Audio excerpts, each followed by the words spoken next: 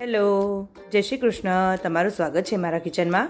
આજે આપણે બનાવીશું એકદમ સરળ, ટેસ્ટી અને રોજિંદા જમવામાં બનતું લીલા દાણા ચોળીનું શાક. જો આજની આ રેસીપી તમને ગમે તો લાઈક, શેર અને સબસ્ક્રાઈબ જરૂરથી કરજો. તો ચાલો હવે બનાવવાનું શરૂ કરીએ. તો અહીંયા મેં લીલી ચોળી લઈ લીધેલી છે, તેને દાણા નીકાળી લીધા છે અને ચોળી આવી મોટી સમારી લીધેલી છે. દાણાવાળી ચોળીનું શાક ખૂબ જ સરસ લાગે છે. તેની સાથે મેં રસો કરવા માટે 1 બટાકું અને 2 થી 3 રીંગણ લીધેલા છે, જેનાથી રસો પણ ખૂબ સરસ થશે અને ટેસ્ટ ખૂબ સરસ એવો લાગશે. હવે બધું સાથે રાખી અને ધોઈ લઈશું અને તેને સાઈડમાં રાખી દઈશું. તો હવે આપણે શાક બનાવવાની તૈયારી કરીએ. એક પેન લઈ લઈશું અને હવે તેમાં 2 થી 3 ચમચી તેલ એડ કરીશું. તેલ તમે તમારી ચોઈસ પ્રમાણે લઈ શકો છો. હવે આપણે આ તેલને થોડું ગરમ થવા દઈશું. ગરમ થઈ જાય પછી આપણે તેમાં રાઈ એડ કરીશું અને હવે રાઈને સરસ એવી બધી જ ફૂટી જવા દઈશું. હવે રાઈ સરસ એવી ફૂટી ગઈ છે, તો હવે તેમાં આપણે જીરું એડ કરીશું. તમે હિંગ એડ કરતા હોય તો અત્યારે થોડી હિંગ એડ કરી દેવી. હવે તેમાં લસણની 10 થી 15 આખી કળી એડ કરીશું. લસણની આખી કળી એડ કરવાથી ખાવામાં જો લસણ આવી રીતે આખું આવશે તો ટેસ્ટ ખૂબ સરસ એવું લાગશે. હવે લસણને આપણે ગોલ્ડન બ્રાઉન થવા દઈશું. તો લસણ સરસ એવું ગોલ્ડન બ્રાઉન થઈ ગયું છે, તો તેમાં 2 થી 3 લીલા મરચાં અને સમારેલો લીમડો એડ કરી દઈશું. હવે તેને પણ થોડી વાર સાંતળી લઈશું. તમે મારી રેસીપી કઈ સિટી અને કયા સ્ટેટમાંથી જુઓ છો તે મને કોમેન્ટ એકવાર જરૂરથી કરજો. હવે તેમાં આપણે હળદર એડ કરીશું. તો હળદર અત્યારે તેલમાં એડ કરવાથી તેની કચાશ દૂર થઈ જાય છે અને હળદરનો કલર પણ શાકમાં ખૂબ જ સરસ એવો આવે છે. તો હળદર નાખ્યા પછી તેને પણ થોડી વાર સાંતળીશું. હવે હળદર સંતળાઈ ગયા બાદ તેમાં આપણે ધોયેલા શાકભાજી એડ કરીશું અને શાકભાજીને પણ હવે વઘારની સાથે સરસ એવા સાંતળીશું. જો તમે તાજી જ ચોળી લાવેલી હશે તો આ શાકને બનતા ઘણી વાર નહીં લાગે અને ફ્રીજમાં રાખેલું શાક હશે તેને બનવામાં થોડી વાર લાગે છે. તો હવે બધું જ સરસ એવું મિક્સ થઈ જાય પછી તેમાં આપણે આગળની પ્રોસેસ જોઈશું. પણ તમે જોયું ને, હળદર તેલમાં એડ કરવાથી તેનો કલર કેટલો સરસ આવ્યો. હવે તેમાં મીઠું એડ કરીશું, તો તમે સ્વાદ અનુસાર મીઠું લઈ શકો છો. હવે આ શાકને સરસ એવું આપણે મિક્સ કરી લઈશું.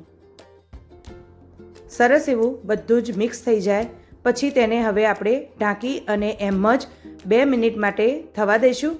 જ્યારે થોડી વાર તે કંઈ જ એડ કર્યા વગર થવા દઈશું તો તેનો ટેસ્ટ ખૂબ સરસ એવો આવશે અને પછીથી જ આપણે જે મસાલા એડ કરવાના છે તેને પછી એડ કરવાથી તેમાં ટેસ્ટ પણ ખૂબ સરસ એવો આવશે.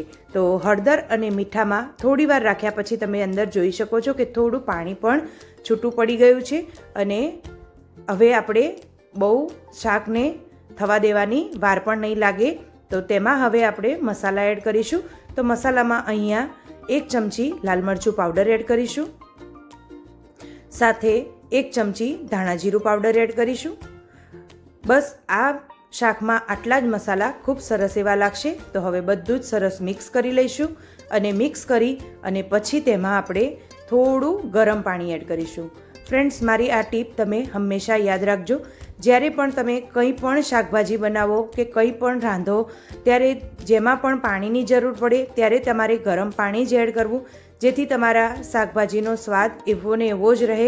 જો તમે ઠંડુ પાણી એડ કરો તો તમારો શાકનો ટેસ્ટ થોડો ચેન્જ થઈ જાય. તો અહીંયા મેં અડધા ગ્લાસથી થોડું ઓછું પાણી એડ કર્યું છે, જેથી આપણે તેમાં રસો થાય અને શાક પણ જલ્દીથી ચડી જાય. અને હવે આપણે ઢાંકણને ઢાંકી લઈશું અને ઢાંકણ પર થોડું પાણી એડ કરીશું, જેથી વરાળથી તેમાં પાણી નીચે પડતું રહેશે અને રસો પણ થશે. તો 2 મિનિટ પછી આપણે શાકને ચેક કરીશું. તો આપણે ચોળીને કે રીંગણને ચેક કરવાની જરૂર નથી, આપણે ખાલી બટાકું ચેક કરવાનું છે. જ્યારે પણ બટાકું ચડી જાય ત્યારે આપણી ચોળી પણ ચડીને તૈયાર થઈ જશે. હવે આપણે બટાકાને ચેક કરી લઈશું. તો થોડું બટાકું કઠણ છે, તો તેને હજી આપણે 1 મિનિટ માટે ઢાંકીને રાખી દઈશું. તો પછી તો આપણું શાક બનીને તૈયાર થશે. ડીશ પર જે પાણી હતું તેને મેં હવે નીકાળી દીધું છે અને હવે આપણે ચેક કરી લઈએ. 2 મિનિટ પછી આપણું શાક બનીને ખૂબ જ સરસ એવું તૈયાર થઈ ગયું છે. જો તમારે આમાં થોડો જ રસો છે, વધારે રસો રાખવો હોય તો જ્યારે આપણે બટાકું ચેક કર્યું તો 2 મિનિટની અંદર તમારે બંધ કરી દેવું. આજે મેં દાળ ભાતની સાથે આ શાકને સર્વ કર્યું છે, એટલા માટે મેં થોડું કોરું સર્વ કર્યું છું. હવે ગેસ બંધ કરી લઈશું અને શાકને સર્વ કરીશું. તો એકદમ સ્વાદિષ્ટ એવું ચોળીનું દાણાવાળું શાક બનીને તૈયાર છે. હવે આ શાકની સાથે મેં ભાત સર્વ કર્યા છે. તેની સાથે મેં ઘરની ખાટી મીઠી દાળ પણ સર્વ કરી છે.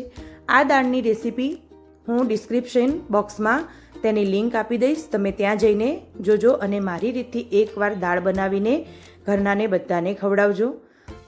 હવે મારી પાસે અહીંયા મગદળ બનાવેલું હતું, તેની રેસીપી જોવા માટે મારી ચેનલ સાથે જોડાયેલા રહેજો.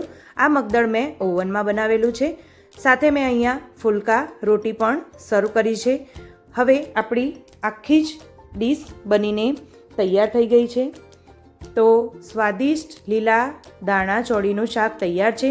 જો તમને આજની રેસીપી ગમી હોય તો વિડીયોને લાઈક કરો, તમારા મિત્રો અને પરિવાર સાથે શેર કરો. હજી સુધી તમે જાયકાબાઈ ખુશ્બુ ચેનલને સબસ્ક્રાઈબ ન કરી હોય તો જલ્દીથી સબસ્ક્રાઈબ કરી લેજો. તમારે આગળ કઈ ગુજરાતી રેસીપી જોવી છે તે મને કોમેન્ટમાં જરૂરથી જણાવજો. ફરી મળીશું નવી ટેસ્ટી રેસીપી સાથે. ત્યાં સુધી આવજો. જય શ્રી કૃષ્ણ. બાય.